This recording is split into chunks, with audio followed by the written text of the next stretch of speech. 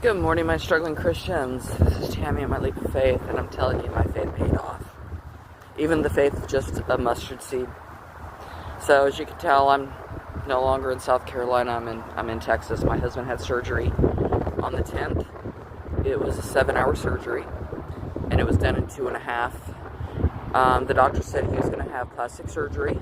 That was going to take about 4 to 5 hours.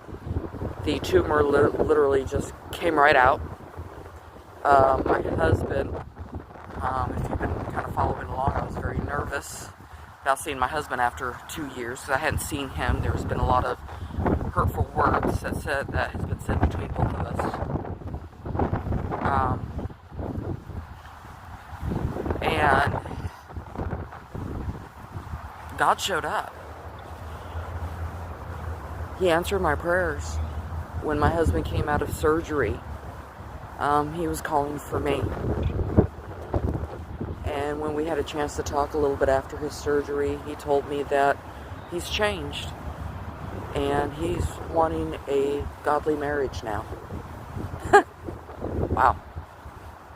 My husband has changed. He's going to finish the house, and this year he's going to move to South Carolina to be with me, his wife. I was reading the scripture this morning, and it was in Luke,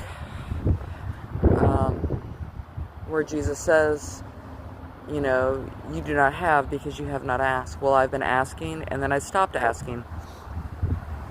I quit asking.